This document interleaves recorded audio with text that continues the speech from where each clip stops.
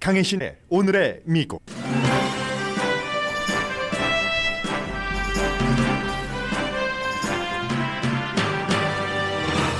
아프가니스탄 카불 공항에서는 20분에 한 번씩 미군 수송기가 이륙하면서 중단 없는 작전 수행을 하고 있습니다.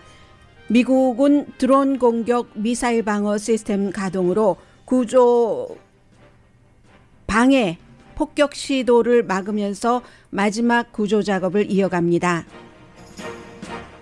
미국에서는 국토안보부가 미국으로 도착하는 아프가니스탄 난민의 정착을 지원하게 됩니다. 내일 미군이 완전 철수한 이후 미국은 지난 20년 동안 적이었던 탈레반을 새로운 동맹으로 받아들여 다른 테러 그룹과 대항하게 됐습니다.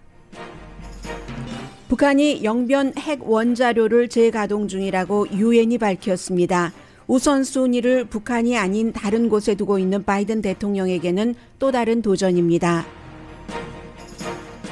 루이지아나주 뉴올리언스는 지금 전 지역이 정전이고 일부 지역에는 3주일 동안 정전이 이어질 수 있을 것으로 보입니다.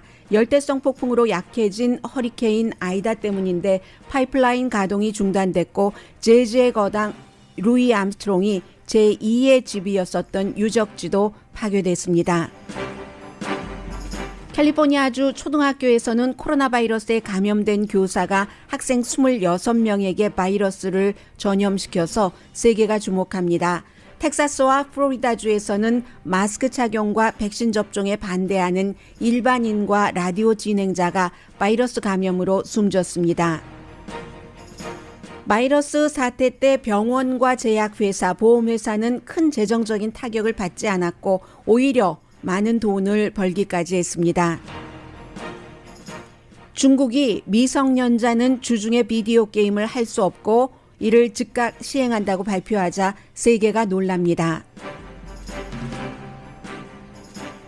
여러분 안녕하십니까? 오늘의 미국 강혜신입니다. 네, 지금 D-1입니다. 아프가니스탄이 미국보다 11시간 30분 서부 지역보다 앞서가기 때문에 지금 아프가니스탄은 8월 30일 밤 8시 32분입니다. 서부 시간과 지금 11시간 30분 아프가니스탄의 시차가 있습니다. 그래서 모든 그 철군 작전 때 D-Day, D-Day -1, -2 이런 것으로 계산해 가지만 미군이 정확하게 딱 무슨 0시 1분에 철군을 할지 그런 것에 대해서는 기자들이 물어봐도 그것을 지킬 수도 있고 아닐 수도 있고 말하진 않습니다. 다만 이제 8월 31일 철군 시한을 지킬 것이라는 건데 내일 아침 오늘의 미국이 방송되는 시간에는 이미 미군이 그 철군 시한을 넘기고 한참 그 시간이 흐른 뒤입니다. 마지막 구출 작전을 하기 위해서 미사일 방어 시스템을 가동시켰고요. 해서 이제 라켓포 5개를 요격 시스템을 가동시킨 거죠. 막았습니다. 그리고 그 전에는 드론으로 자살 폭발 테러 용의자들이 앉아있는 자동차 폭발물을 당연히 장착했겠죠. 그것을 폭발시켰습니다.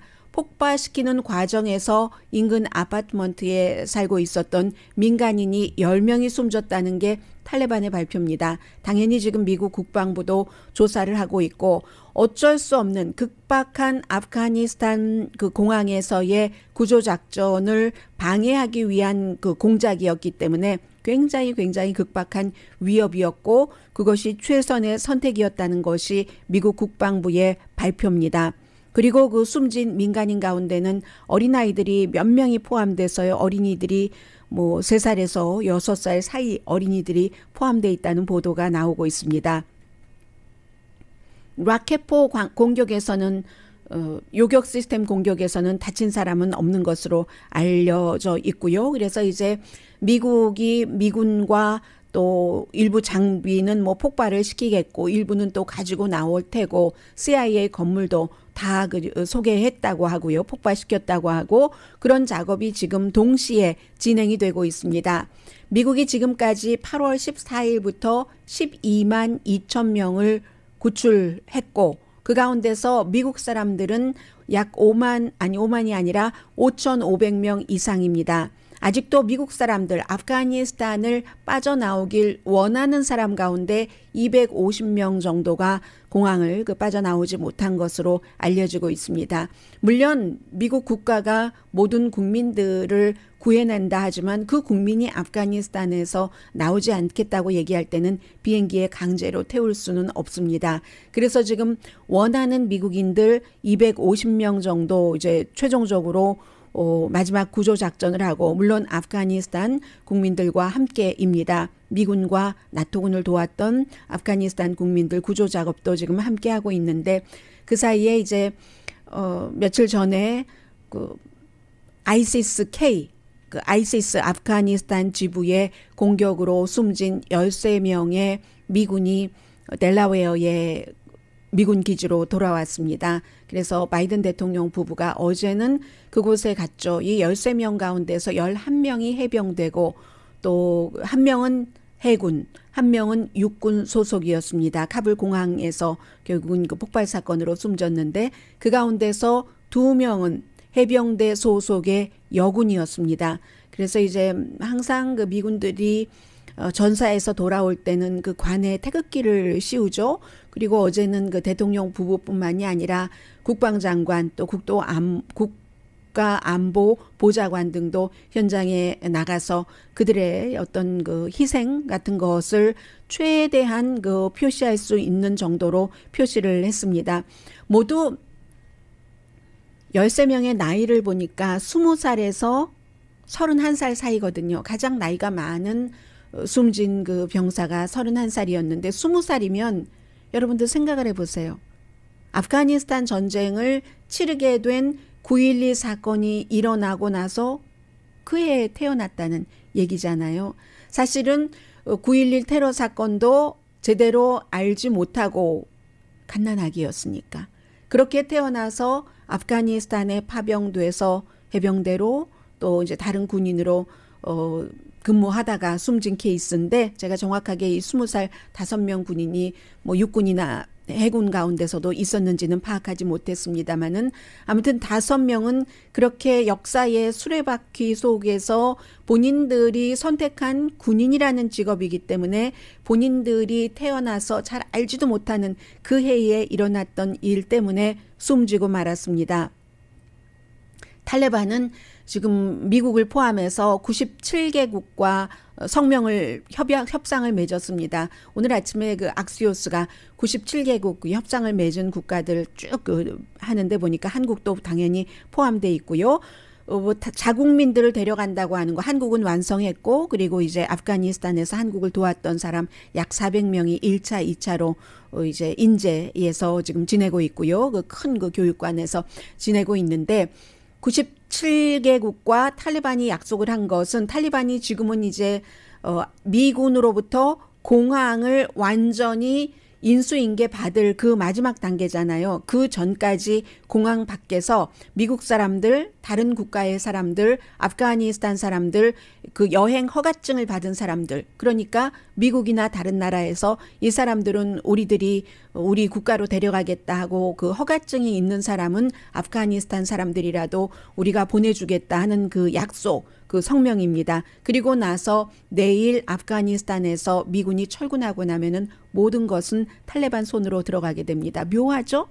탈레반이 9.11 사건을 저지른 알카이다라는 아프가니스탄의 테러리스트 그룹과 그 테러리스트 그룹을 만든 오사마 빈 라덴을 넘겨주지 않는다고 해서 시작을 했었던 전쟁인데, 그 사이에 이제 탈레반은 많이 무너졌고, 알카이다는 많이 무너졌고, 알카이다가 무너지면서 아이시스도 생겼고, 이제 탈레반이 알카이다를 많이 숨겨줬다 해서 탈레반과 전쟁을 하는데, 그 탈레반과 마지막에는 손을 잡고 미국 사람들, 세계 다른 나라의 사람들과 이 전쟁을 이제 도와줬었던 아프가니스탄 사람들의 구조 작업을 펼치고 있습니다. 미국에는 이미 이제 아프가니스탄에서 미국을 도와서 일했었던 사람들이 버지니아주에 도착을 했고요. 앞으로는 그들이 미국에서 정착하는 모든 일을 국토안보부에서 맡으라고 어제 바이든 대통령이 지시를 내렸습니다. 그래서 이제 국토안보부 알레한드로 장관이 또 특정한 그 재해청에서 오랜 동안 일을 했었던 사람을 딱 그 책임자로 어제 그 했고요. 코디네이터죠. 일종의 그 로버트 펜튼 주니어라는 분이 코디네이터를 맡아서 지금 이제 연방재해청 그 지역이 여러 군데로 나눠져 있는데 구 지역의 담당자거든요. 그래서 아프가니스탄 이 일을 하게 되고 그리고 이제 얼마 남지 않았습니다. 24시간도 미군 철군 시한이 남지 않았기 때문에 철군한 뒤에 이제 미국과 아프가니스탄에 대해서 물론 알 수 없는 일이지만 뭐 분명하게 예상할 수 있는 그런 부분들은 있죠. 유엔이 계산하기는 아프가니스탄에 이 테러 그룹이 한 10,000명 정도는 있다고 합니다. 그러면 ISIS-K와 함께 아프가니스탄 본부에 있는 그런 ISIS-K와 함께 한 몇천 명, 3,000명 된다고 하고 그 밖에 뭐 알카이다도 있고 크게 이름이 알려지지 않은 뭐 파키스탄이라든가 터키라든가 이런 곳과 연관된 테러 그룹들 우즈베키스탄까지요. 아프가니스탄 위쪽에 그런 곳까지 한 10,000명 정도 된다고 하거든요. 한 10,000명 정도 되는데 그동안 그렇게 자살 폭발 테러 사건을 일으켰기 때문에 테러와의 전쟁을 그리고 미군 또 한 30만 명의 아프가니스탄 정부군이 대항을 했어도 이기지 못하고 탈레반에 지금 내놓아 있는데 그 탈레반이 그러면 이 같은 미국과 그 나토군 유럽에서 테러리스트 그룹으로 생각하고 있는 그 그룹들을 어떻게 할 것인가? 아이시스는 탈레반이 물리칠 수 있습니다. 왜냐하면 아이시스와 탈레반은 적이기 때문에 아이시스는 탈레반에서 많이 빠져나왔는데 탈레반이 이렇게 서방 세계와 협력을 하고 점점 약해진다. 그들이 원하는 지하드, 성전에서 조금 흐물흐물해진다 하면서 만들어진 그룹이 아이시스고 결국은 탈레반의 라이벌이기 때문에 아이시스는 잡겠죠. 아이시스나 탈레반이나 알카이다나 똑같이 서방 세계에서는 테러 그룹으로 봤고 이들의 기본적인 목표는 똑같습니다. 이슬람 국가를 순수하게 세우고 싶은데 그런데 미국이나 서방 세계의 문화, 정치력 이런 것들이 들어와서 영화, 게임, 여성들도 완전히 그 노출 심한 옷을 입고 다니고 이런 것들이 이슬람 종교와 이슬람 국가를 무너뜨리거나 제대로 세우는데 방해가 된다고 생각하기 때문에 그러한 서방 세계 특히 미국의 문화, 미국 정부 자체에 반대해서 싸워온 것은 똑같습니다. 탈레반이나 아이시스나 또 알카이다나 물론 그 이전에는 소련과 그렇게 똑같이 싸웠었고요. 그런데 탈레반은 이제 미국과 협상을 함으로 인해서 아프가니스탄을 차지하는 그런 큰 힘이 됐고 아이시스는 탈레반이 물리칠 수 있으나 알카이다까지 미국이 원하는 형태로 지금 탈레반이 다 물리치지는 않을 것으로 그렇게 그 전문가들은 예상을 하고 있습니다. 그리고 그동안은 미국이 아프가니스탄에 뭐 세계에서 뭐 영국 다음으로 크고 좋은 대사관을 지어놓고 또 군도 뭐 2,500명이었지만 있었기 때문에 그 두 가지 CIA도 있었고요. 그러면 그것이 그라운드에서 땅에서 제대로 된 정보 전쟁에 있어서는 정보가 중요하죠. 그 정보를 가질 수 있었는데 지금은 뭐 공군기지도 없애버리고 CIA 본부도 없애버리고 대사관도 문 닫고 뭐 이러한 형태이기 때문에 정보를 바로 날 것을 정보를 입수하기가 굉장히 힘들다는 거죠. 무슨 일이 일어나는지 알기가 힘들다는 겁니다. 그렇게 해서 새로운 동맹 탈레반이 생겼지만 탈레반은 묘한 그 관계를 다른 테러리스트 그룹과 갖고 있고요. 그리고 이제 행동에 있어서는 드론 공격이 이제 정확할 수가 없죠. 이 공군기지에서 나가는 것도 아니고 어떤 테러 그룹과 드론 공격을 할 때는 파키스탄 기지라든가 이란 기지라든가 이런 곳을 그 확보를 하거나 통해서 가야지 되는데 파키스탄과 미국 지금 사이 나쁘고 이란과도 핵 협상 어떻게 돼 있습니까? 그렇기 때문에 정보 면에서나 행동 면에서 미국은 테러와의 전쟁을 계속 하기는 해야지 될 것 같은데 지금보다는 훨씬 힘든 입지에서 할 수밖에 없다. 그 드론 공격이 그 내부에서 할 때 정확하지 않는다는 것은 빌 클린턴 전 대통령 시절에 많이 보여줬었죠. 오사마 빈 라덴을 잡기 위해서 굉장히 많은 그 일반 민간인만 희생했었습니다. 뭐 파키스탄 같은데 마을을 태우고 그런 일이 있었잖아요.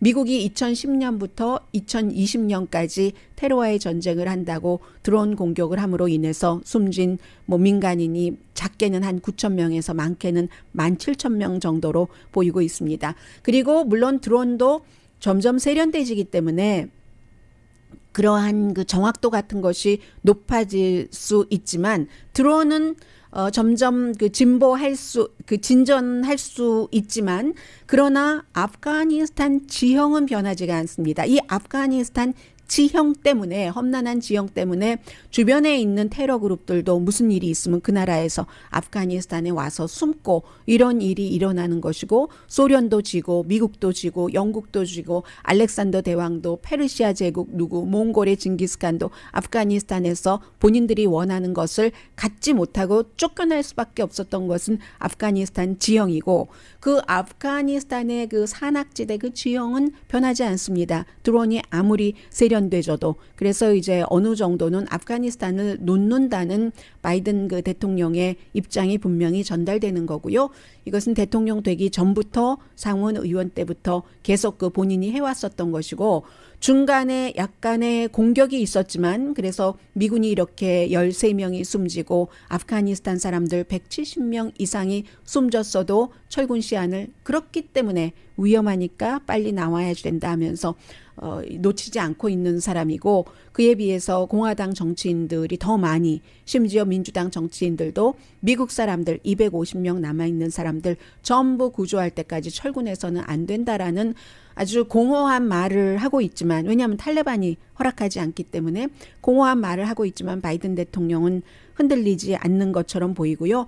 앞으로는 이제 그 아프가니스탄에서 빼놓은 그런 여러 가지 에너지와 돈도 많이 들었으니까요. 그런 것들을 중국과 러시아에 집중한다는 게 바이든의 국제 정책이고 할 수 있을지는 모르겠습니다. 왜냐하면 테러 그룹들이 더 기승을 부리기 때문에 그런 문제고 또 하나는 사진을 보니까 어린아이가 아프가니스탄에 있는 세 가지 그 테러 그룹이 알카이다가 제일 먼저 생겼었고 88년도에 그 다음이 이제 그 탈리반이 94년도에 생겼고 2014년도에 아이시스가 생겼고 아이시스 그 아프가니스탄 본부인 아이시스 K라고 왜 그러냐면 그 호라산 스펠이 K로 시작돼서요. KHOR 뭐 이렇게 돼서 아프가니스탄 뭐 이란 뭐 파키스탄까지도 영향을 받지만 어쨌든 그쪽에 산악지대 북부에 있는 그 산 이름을 따서 아프가니스탄 K라고 하는데 이게 다 기가 다릅니다. 기가 다른데요. 어린아이가 진짜 아무것도 모르는 어린아이예요. 5살, 6살 정도밖에 안 된 그 어린아이가 이 플래그요. 이 아이시스 K의 그 하얀색 바탕에 검은색 글씨로 돼 있거든요. 아랍어로. 그런 길을 들고 막 흔드는 것을 보니까 참 그 아프가니스탄 그 정부 내부에서도 아이들이 태어나서 미군이 9.11 사태를 본인이 직접 보지도 못하고 아프가니스탄 군대에 가서 숨진 것과 또 그 운명과 마찬가지로 아프가니스탄에서도 아직 이데올로기, 뭐 무슬림 종교, 미국에 대한 느낌 이런 것 전혀 없이 자라서 동네에 또 부모가 그 속에 있기 때문에 아이시스의 길을 흔드는 어린아이들 이런 것들이 이제 아프가니스탄이 굉장히 복잡해지겠구나 하는 것은 상징적으로 보여주는 그런 그 아침입니다.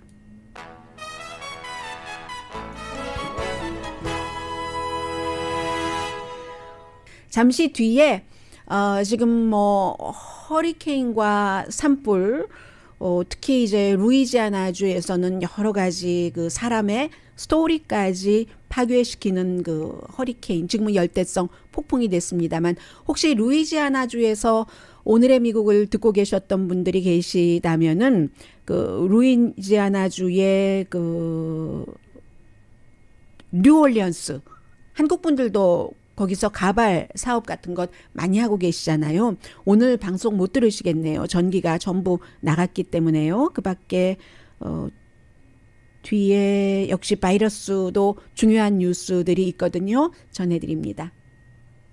라디오 서울 방송 오늘의 미국 듣고 계십니다. 네, 이 허리케인 아이다인가요?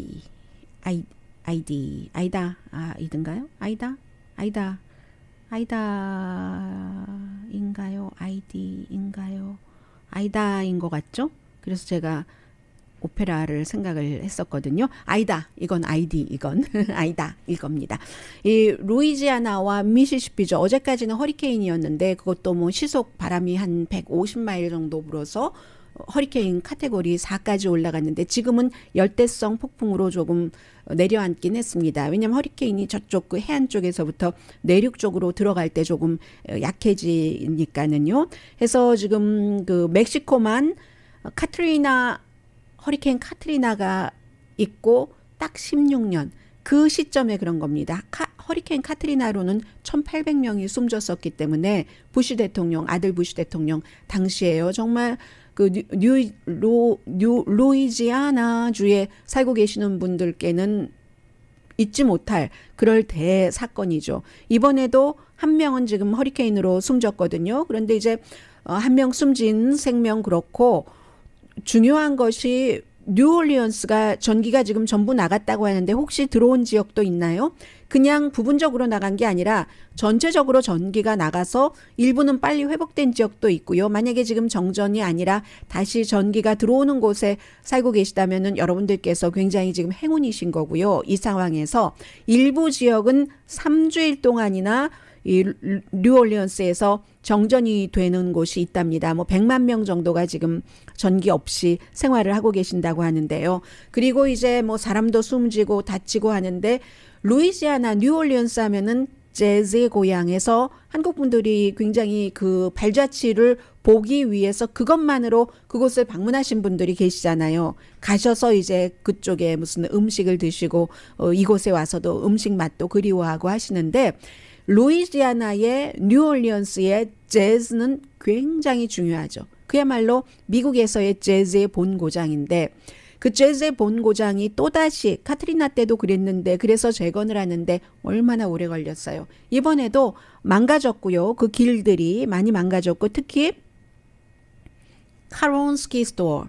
이 카론스키 스토어가 재즈 여러 가지 그 악기를 파는 곳인데 이름이 말해주는 것처럼 주이시 그 패밀리가 계속 운영을 해왔고 그 당시에 루이 암스트롱이요. 뭐 여러분들께서 너무너무 좋아하시는 블루베리 힐도 불렀고 What a Wonderful World도 뭐 루이 암스트롱만큼 색깔은 다르지만 그 분야에서는 따라가는 사람이 없을 텐데 루이 암스트롱이 바로 카론스키 스토어에서 일을 처음 했답니다.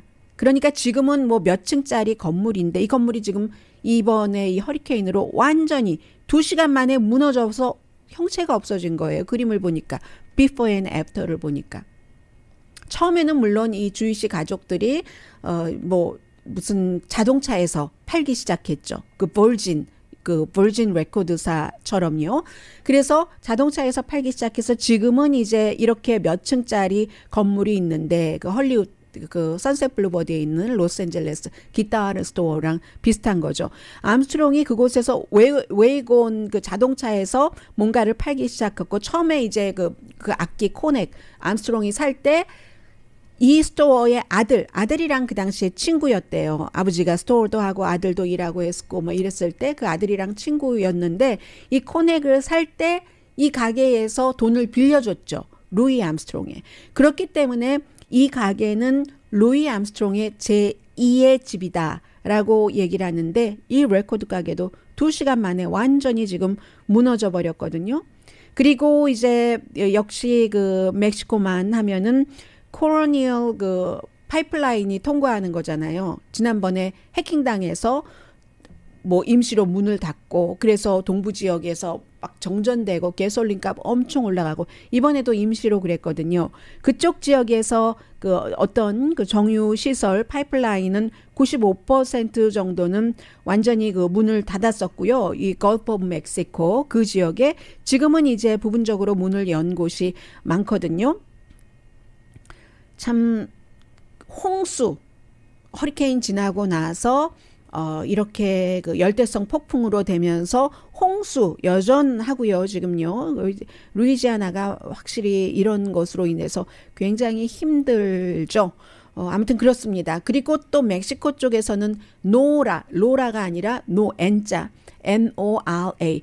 그 노라가 와서 뭐 소년이 숨지고 진흙 사태 나고 이런 자연재해들이 있고, 같은 시간에 캘리포니아 주에서는 지난 주말에 말씀드렸었던 이제 레이크타워 근처까지 막 산불이 가고 있는 거예요. 콜도 산불이 가고 있고 해서 세크라멘토 비에 나온 그 사진을 보니까 정말 막 눈으로 볼 때 위태위태해 보이는 그런 그 곳인데요. 지금 보면은 대피하라고 전부 레이크타워 그쪽 지역에 어제 밤부터 대피령 내려졌고요.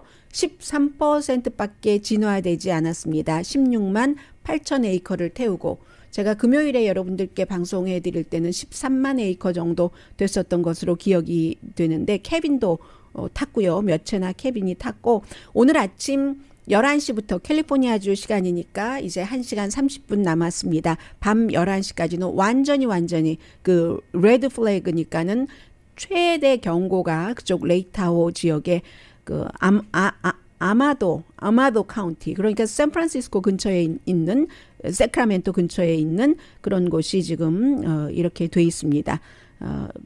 목장지대에서 오모라는 목장지대에서 8월 14일에 불이 났는데 지금 8월이 다 지나갑니다.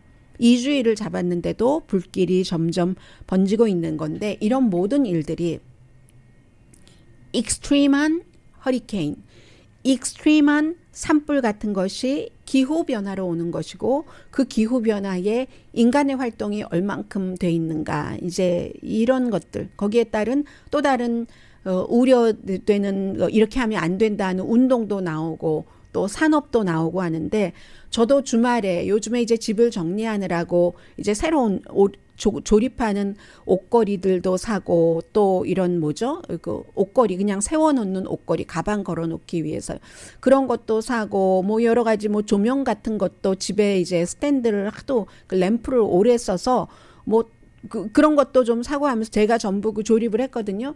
그러니까 이 박스가 얼마나 많아요. 그 박스를 다 이제 뜯어서 그냥 한 장의 종이처럼 해 놓는데도 그 두께가 이만저만이 아닌 겁니다. 야, 기후변화가 심하다는데 이런 건 다 어떻게 해야 되는지, 누군가가 이것을 개발하면은 참 그 세상에도 좋고 그리고 지구에도 좋겠구나, 그런 생각을 하는데, 이게 지금 현재로서는 마지노선인 것 같아요. 그 정도 두께의 종이로 만든 그 정도의 박스. 네, 지금 그렇게 돼 있고요. 그리고 잠시 뒤에 코로나 바이러스에 대해서 좀 말씀드릴 텐데, 코로나 바이러스와 관련해서도 돈을 버는 그런 기업들도 있네요. 제가 좀 전에 그 아마존에서 뭘 오더하면 박스 같은 것이 너무 많아서 이걸 어떡하지라고 말씀을 드렸는데, 또 하나는 한국 분들이 워낙에 개발 같은 것을 하시는데 아주 그 훌륭하게 그 아이디어도 많고 추진력도 있고 또 뭐 머리 자체도 좋고 하시니까 말씀드리는데, 여러분들은 그렇지 않으세요? 저는 마켓에 갈 때 한국 마켓이든 미국 마켓이든 가면은 뭐 가방을 가지고 간다 하더라도 과일은 아무리 그래도 그냥 어떻게 그냥 그 카트에 직접 담기는 그렇잖아요. 그래서 비닐봉지를 써야지 되는데, 그 비닐봉지가 굉장히 안 열려요. 어느 마켓을 가보더라도 제가 그게 굉장히 안 열리기 때문에 아주 이렇게도 해보고 저렇게도 해보고, 이 마켓 것은 좋은가 저 마켓 것은 좋은가 많이 비교를 해보거든요. 그것을 좀 더 쉽게 열리고 좀 더 친환경적으로 만들어서 특허를 낸다 하면은 정말로 세상에 좋은 일을 하면서 돈 걱정은 안 하고 사실 것 같다, 그런 생각을 하는데, 저는 능력이 없어서 못하고요. 여러분들 한번 해보세요. 잠시 뒤에 학교를 보내는 부모님들의 마음도 참 무겁습니다. 선생님이 백신 안 맞아서 아이들에게 지금 코로나 바이러스를 옮기는 게 점점 많아지고 있잖아요. 미국에서. 세계적인 뉴스거든요. 이 정도면 세계적인 뉴스 탑픽, 뉴스를 넘어서 정말 우스꽝스러운 탑픽, 우스꽝스러운이 아니라 비상식적인 탑픽이 되고 있습니다.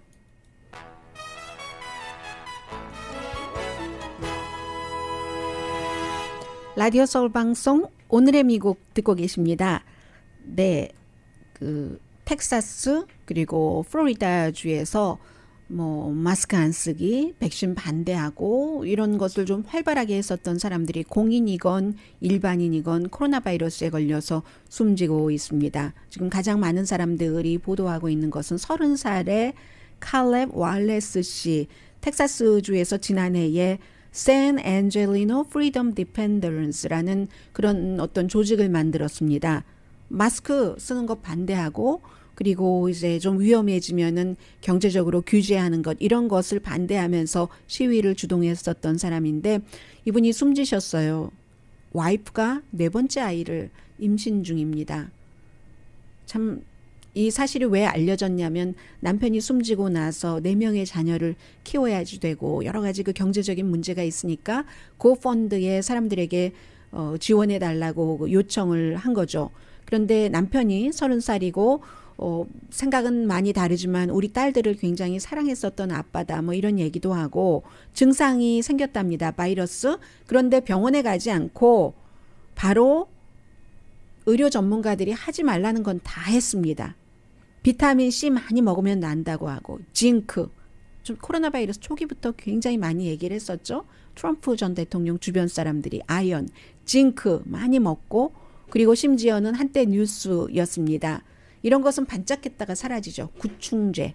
이제 동물들이 먹는 기생충, 그 구충제까지 많이 먹고 지금도 전문가들은 코로나 바이러스에 걸리면 의사의 진단을 받으라고 하지 비타민 C 먹고 아연 징크 먹고 구충제 먹어라 이렇게 얘기하지 않습니다. 이렇게 하고는 병원에 안 갔다는 거죠. 나중에 할 수 없이 7월 30일에 이머전시 룸으로 갔습니다. 8일 뒤에 호흡기를 낄 수밖에 없었고 그 뒤에 사망했다는 거죠. 와이프가 얘기할 때 우리 남편이 뭐 여러 가지로 완전한 사람은 아니었지만 이렇게 됐습니다. 도와주십시오. 이런 얘기를 하고 있고요. 그리고 유명한 사람 가운데서는 백신 접종 반대나 코로나 바이러스로 인한 뭐 여러 가지 규제에 반대하는 의견을 낸 사람들이 굉장히 많고 그런 의견을 내신 분들 가운데서 목사님도 숨지셨고 많은 분들이 숨지셨는데 이번에는 그 텍사스에서 거의 이제 라디오 진행자가 숨졌다면 보수적인 라디오 진행자가 숨지는 건데 이 케이스도 마찬가지입니다. 본인을 미스터 안티백스 그 백신에 반대하는 그 미스터 백신에 반대하는 남자 이렇게 얘기한 플로리다주의 마크 버니어라는 65세 되신 분인데 이분도 토요일에 백신에 반대하고 그러시다가 결국은 코로나 바이러스로 사망하셨는데 이분은 46년 방송을 한 경력을 갖고 계신 분입니다. 정보 뭐 최근에는 정보 엔터테이닝 동시에 방송을 하고 있는데 그래서 이분을 많은 사람들은 방송 저널리스트라고 부르고 있죠. 정보에 관한 것도 방송을 해오셨기 때문에 3주일 전에 병원에 입원을 했습니다. 그리고는 숨지셨는데 이분도 마찬가지예요. 학교 교육부에 뭐 실내에서 마스크를 착용해야 된다든가 이런 모든 학교의 규칙, 프로토콜을 없애라 하고 그 본인이 진행하는 방송에서 계속 반백신과 이런 그 어떠한 그 규제에 반대한다는 것을 방송해 오시다가 결국은 숨지셨고요. 그리고 이 케이스는 지금 세계에서 다른 나라에서도 보고 있는데 캘리포니아주에 있는 초등학교에서 질병통제국이 발표를 한 겁니다. 선생님이 코로나 바이러스에 감염돼서 본인이 가르치는 학생의 반 정도인 26명을 감염시켰다는 겁니다. 질병통제국은 이것을 역학조사를 하기 위해서 이런 케이스를 보고 있는데 그렇기 때문에 어느 학교라고도 얘기하지 않아요. 다만 그 카운티 이름이 어느 카운티인가요? 카운티 이름을 제가 보니까 마린 카운티니까 샌프란시스코 인근인 거죠. 이 선생님이 어떤 선생님이셨냐면 이 학교에서 초등학교에서 백신 접종을 받지 않은 2명 가운데 한 분이셨습니다. 유일이 아니라 유이한 분 가운데서 한 분이셨고 그리고 질병통제국에서는 쭉 봤어요. 그럼 어떤 학생이 이 바이러스에 걸렸는가? 선생님이 실내에서 마스크 쓰라고 했는데 뭐 마스크 학생들 가르치니까 마스크 쓰지 않고 큰 소리로 여러 가지를 읽고 초등학생이니까 읽기가 아주 중요하잖아요. 읽고 해서 보니까 선생님과 가까이에서 앉아 있었던 학생들이 보통 이제 보통 그런 학생들이 거의 26명이 바이러스에 걸렸다는 겁니다.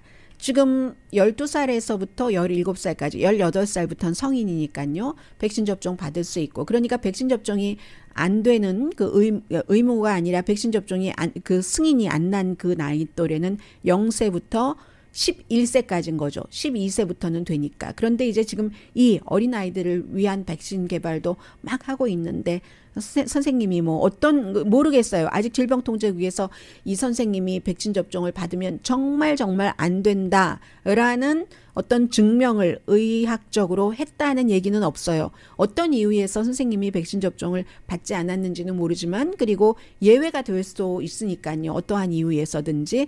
그런데 중요한 것은 직업에 따라서 이제 저는 혼자서 지금 방송을 하고 있죠. 그런데 직업에 따라서 이제 특히 그 아주 많은 사람들과 접한다던가 그런 케이스에는 웬만하면 다른 사람을 위해서도 백신 접종 좀 받아달라 하는데 그런 거 안 하고 있잖아요. 그리고 굿뉴스도 있고 배드뉴스도 있는데 뒷부분에 그것은 전해드려도 될 것 같고요. 이 섹션이 경제를 주로 하니까 말씀을 드리자면 병원, 제약회사, 보험회사, 의료기 제조회사 등 처음에는 코로나 바이러스가 일어나고 나서 이게 손해가 많은가 했는데 그렇지 않다는 겁니다. 오히려 돈을 많이 번 곳이 많은데 병원과 너싱홈 같은 경우는 특히 병원의 경우는 방문 환자가 크게 줄어들었기 때문에 손해가 많을 것 같아. 우리 주치의 선생님 불쌍해 하지 마시고요. 왜냐하면 연방정부에서 기금 받은 것 있잖아요. 그리고 이제 큰 병원들은 요즘에 코로나 바이러스 시대에 사람들 병원에 안 가시던 그런 분들이 다시 발걸음을 하기 시작하셨고요. 보험회사 같은 경우는 병원에 많이 안 갔으니까 메디컬 클레임이 줄어들었었잖아요. 그 당시에는 블루크로스 같은 경우 같은 경우 그렇지만 그럼에도 불구하고 뭐 여러 가지 이유로 인해서 이윤이 오히려 뭐 10억 달러 정도 있었다는 얘기고 제약회사와 의료기구 일부는 줄어들었지만 뭐 처방전 픽업 이윤은 크고 그리고 또 모더나 같은 경우는 뭐 백신을 만들었으니까 이윤이 64% 최근에 증가했고요. 또 항체 그 치료제 만든 르제네레이션도 60% 수입이 증가했습니다. 그래서 전체적으로 의료업계, 헬스업계는 2020년 2, 4분기에 비할 때 2021년 가장 최근 2, 4분기에 전체적으로 이윤이 9%나 올랐다. 그러니까 전형적인 그 헬스케어 업계가 테크 회사와 마찬가지로 테크 회사는 여러 가지 사람들 접하지 않고 하는 기술 때문에 이윤이 많았었잖아요. 이윤이 많다는 얘기입니다.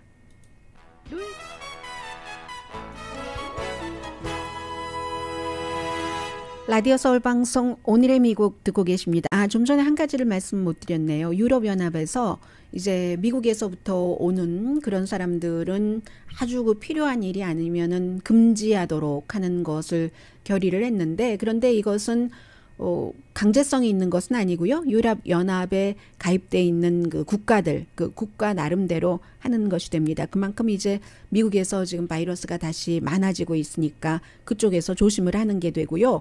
저도 오늘 아침 이 뉴스를 보고 깜짝 놀랐는데 중국이 미성년자 비디오 게임이 뭐 상상하실 수 있는 얘기죠. 정신적으로나 신체적으로 아이들을 그 황폐화시키기 때문에 이것을 단속을 한다는 겁니다.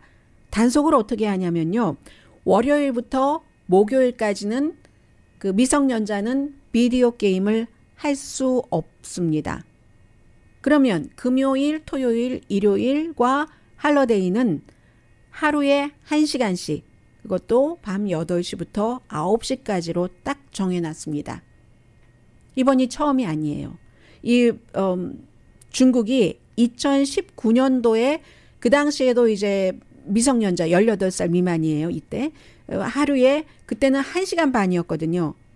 하루에 주중에 1시간 반 하라고 하던 것을 이번에는 주중에 완전히 하지 못하도록 하고 주말에만 하루에 1시간씩 해라 하는 거거든요.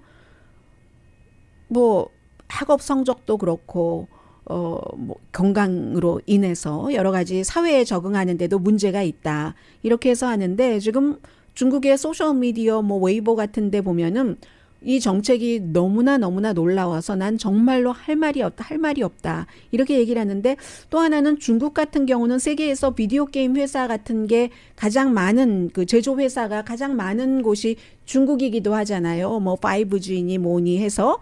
그래서 그렇게 되는 경우, 야, 이거 중국은 어떻게 되는가? 뭐 회사들 이런 생각도 있고, 또 미국은 크게 영향을 받지는 않는 것 같습니다. 아무튼 주식시장 뭐 중국 뭐 미국 전부 그 아주 그 눈여겨서 보고 있고, 그리고 또 제가 궁금한 것은 잠시 뒤에 말씀을 드리겠습니다.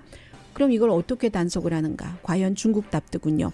반중독 시스템에 연결을 해야지 되는데 내일부터 적용되고요. 모든 사용자가 진짜 이름과 정부가 발급하는 신분증명서를 등록을 해야 된답니다. 중국입니다. 강희신이었습니다.